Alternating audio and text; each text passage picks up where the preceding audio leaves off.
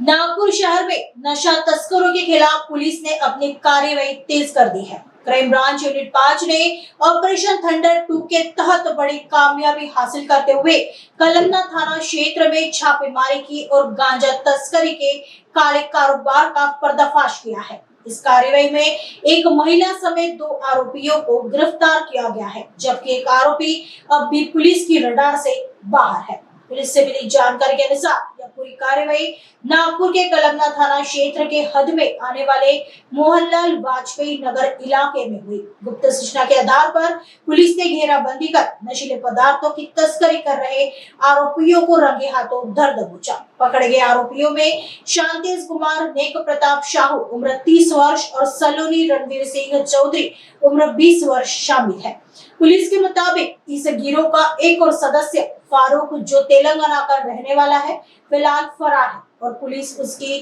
तलाश कर रही है। पुलिस ने छापेमारी के दौरान लगभग 961 ग्राम गांजा, तस्करी में इस्तेमाल होने वाली एक नीले रंग की एक्टिवा गाड़ी, एक रेडमी कंपनी का एंड्रॉइड मोबाइल फोन, जिसकी कुल कीमत 84,025 रुपए बताई जा रही है। फिलहाल पुलिस ने आरोपी के खिलाफ एनडीपीएस एक्ट के तहत मामला दर्ज कर आगे की जांच शुरू कर दी है।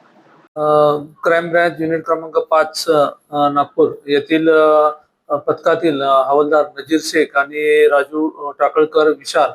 नागभिडे यांना मिळालेल्या गोपनीय माहितीनुसार पोलीस ठाणे कळमनाच्या हद्दीमध्ये एक व्यक्ती गांजाची विक्री करण्यासाठी घेऊन येत असल्याची माहिती मिळाली। त्यानुसार आमच्या पथकातील एपीआय कदम, आम्ही स्वतः, त्यानंतर आमच्या पथकातील राजू टाकळकर, विशाल, राजू सिंग राठोड, रोशन, गणेश ठाकरे आणि पथकातील इतर अंमलदार आम्ही सर्वांनी त्या ठिकाणी जाऊन रेड कारवाई केली। त्या रेड कारवाईमध्ये आम्हाला एक व्यक्ती ऍक्टिवा गाडीमध्ये संशयास्पदरित्या जाताना दिसला। त्याला आम्ही पकडून त्याची झडती घेतली असता त्याच्यामध्ये त्याच्या डिक्कीमध्ये 961 ग्रॅम गांजा आम्हाला मिळून आला। दोन पंचांसमक्ष एनडीपीएस कायद्याअंतर्गत तरतुदीच्या अनुषंगाने संपूर्ण कारवाई करून 961 ग्रॅम गांजा, एक मोबाईल आणि त्याची ऍक्टिवा गाडी असा एकूण 84,025 रुपयाचा मुद्देमाल आम्ही हस्तगत केला। आरोपीला आणून त्याच्या विरुद्ध पुढील कारवाई करता पोलीस ठाणे कळमना येथे अपराध नंबर 347/26, कलम 8 क 20 ब आणि 29 असा एनडीपीएस ऍक्ट अंतर्गत आम्ही गुन्हा दाखल केला आणि माननीय पोलीस उपायुक्त डिटेक्शन राहुल बागणीकर सर यांच्या निर्देशानुसार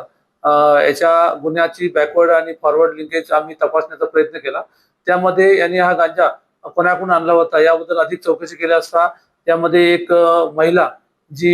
ई रिक्षा चालवते त्या महिलेचं नाव निष्पन्न झालं आणि दुसऱ्या दिवशी 29 तारखेला आम्ही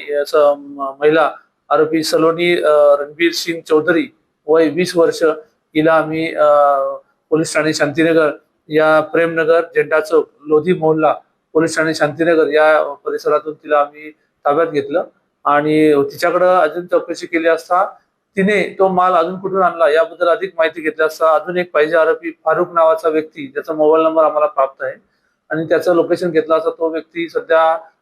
तेलंगणा या ठिकाणी असल्याची माहिती मिळाली। यावरून यातील जो मुख्य आरोपी जो अटक केला तेज कुमार नेक प्रसाद शाहू वय 30 वर्ष, राहणार मोहनलाल वाजपेयी नगर, प्लॉट नंबर 5, बुद्ध विहाराजवळ, पोलीस ठाणे कळमना,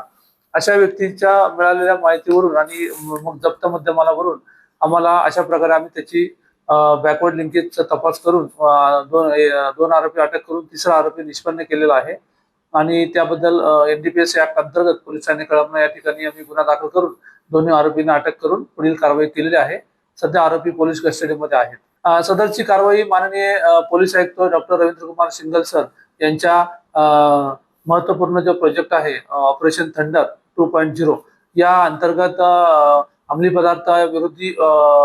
जी कारवाई होती ती युनिट क्रमांक 5 गुन्हे शाखेच्या पथकाने आमच्या मार्गदर्शनामध्ये, त्यानंतर माननीय सहपोलीस आयुक्त, माननीय ऍडिशनल सीपी क्राईम सर, माननीय DCP detection sir, ACP crime sir यांच्या मार्गदर्शनामध्ये आणि युनिट क्रमांक 5 आमच्या निर्देशानुसार एपीआय कदम, राजू सिंग राठोड, हवालदार नजीर शेख, त्यानंतर राजू टाकळकर, विशाल नागभिडे, त्यानंतर मुकेश राऊत, गणेश ठाकरे अशा प्रकारे आमच्या युनिट क्रमांक 5 पथकाने सदरची कारवाई ऑपरेशन थंडर अंतर्गत करून एकूण 2 आरोपींना अटक करून एक आरोपी निष्पन्न केलेला आहे आणि यामध्ये 961 ग्राम गांजा आणि एक ऍक्टिव्हा गाडी आणि मोबाईल असा 84,025 रुपयाचा मुद्देमाल आम्ही हस्तगत केलेला आहे आणि आरोपींना पुढील कारवाई करता पोलिसांनी कळमना याकडे देऊन सध्या आरोपी पोलीस कस्टडीमध्ये आहे.